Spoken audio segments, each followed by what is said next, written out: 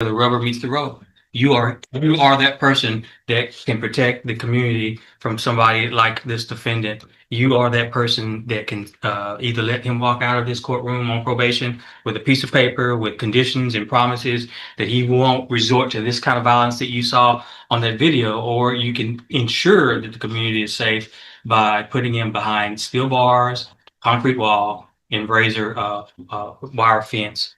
Uh, uh, Judge, I'm just asking. I'm not in the habit of begging, but on behalf of this community, I'm begging that you send this defendant to prison. The message that needs to be sent to this defendant and his circle of friends and anybody who would want to be like this defendant is that if you pick up a gun, I'm going to find sufficient evidence to find you guilty, and at this time, I'm going to find you guilty of aggravated robbery. I'm going to sentence you to a term of 25 years in the institutional division.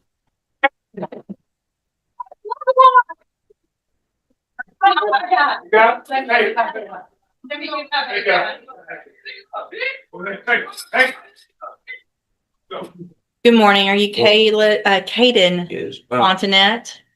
And this is 25 DCCR 1759. Mr. Fontanet was previously in court, entered a plea of guilty to the first-degree felony offense of aggravated robbery. It was an unagreed plea.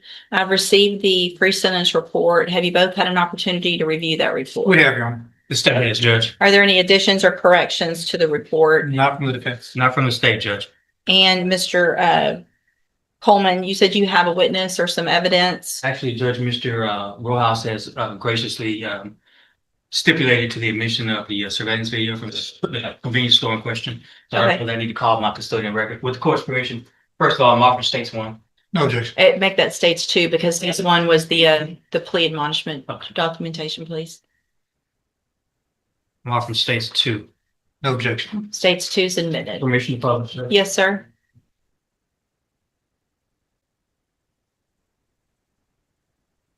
Judge, I think that's all I wish to publish unless the court wants to see the entirety of the video. I think that's enough. Okay.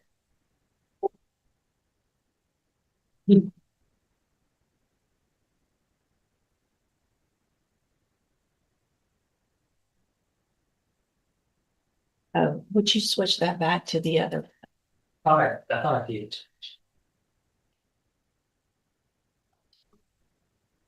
Yeah, back on camera image. Which you might too. Oh, you want to?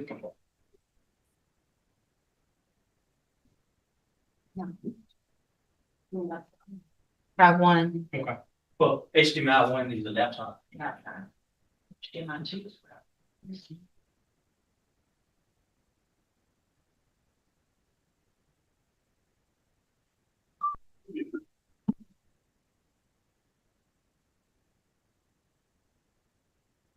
There we go. Thank you. Any other evidence or witnesses? So just brief argument if I may. Any other evidence or witnesses for Mr. Rojas? No, Your Honor. Just like. Mr. Rojas, you may make argument first. Thank you, Judge. And obviously, after seeing that video, it makes what we're asking for harder to do. And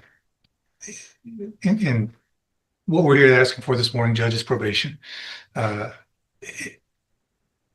Mr. Fontainet's defendant, he is a young offender. I know the court is tired of hearing the same story over and over, and young guys with guns in here. He's got a limited criminal history. I believe this is his first felony. He's never been on any kind of felony supervision or felony probation. Unfortunately, he's just fallen into the same situation that we see so many other youthful offenders fall into. He's got no direction in life. He's very little support at home. Sees no way out of the situation that he's in, so he goes and decides to rob a store and get some money. Did the wrong thing. And if his story in the PSI is to be believable for what I believe is the right reason, he's trying to help his mom at home, trying to pay some bills, keep the lights on. Certainly, there are better ways to go about doing that. And I hope that the time in jail has taught Mr. Fontanet that.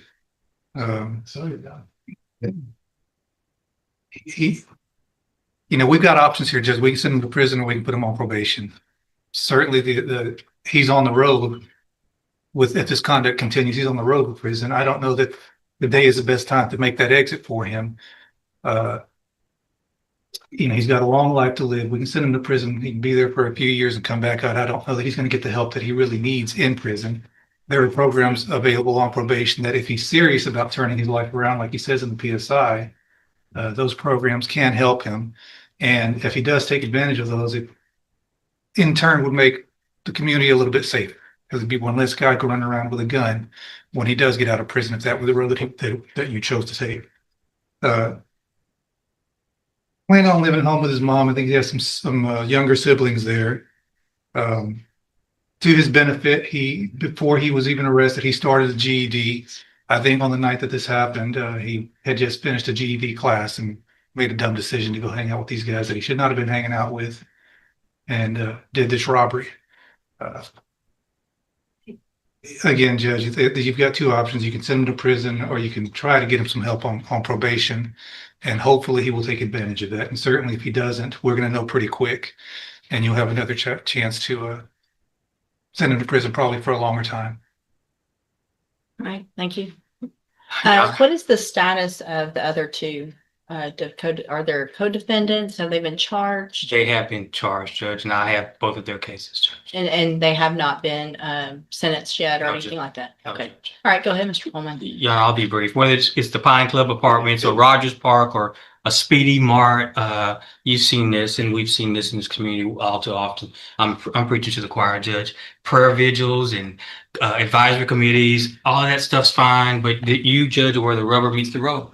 You are that person that can protect the community from somebody like this defendant. You are that person that can either let him walk out of this courtroom on probation with a piece of paper with conditions and promises that he won't resort to this kind of violence that you saw on that video, or you can ensure that the community is safe by putting him behind steel bars, concrete wall, and razor wire fence.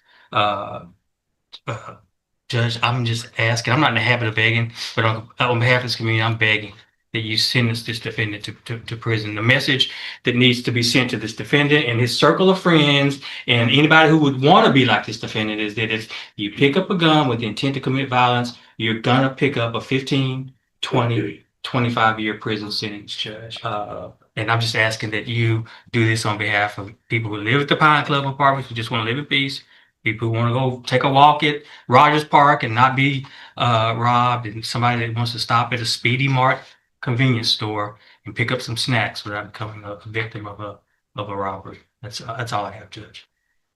Thank you, Mr. Coleman. So, Mr. Fontenette, there was a time some years ago that there really wasn't even a question. State's attorneys were recommending youthful offenders, probation. Let's give everybody an opportunity. And things have just changed in such an incredibly dangerous way with young people doing what I just saw you do on that screen.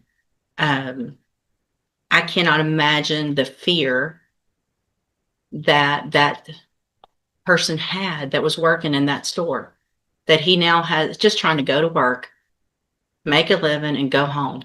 And he has 3 people come in and not just grab a little quick something and run out, but terrorize him for. Notice how the judge zooms out from a single arrest to a pattern of behavior. That's huge legally. Courts treat repeat DWs differently because repeated offenses suggest the earlier punishments didn't change anything. For prior DWs plus a new arrest while already on bond.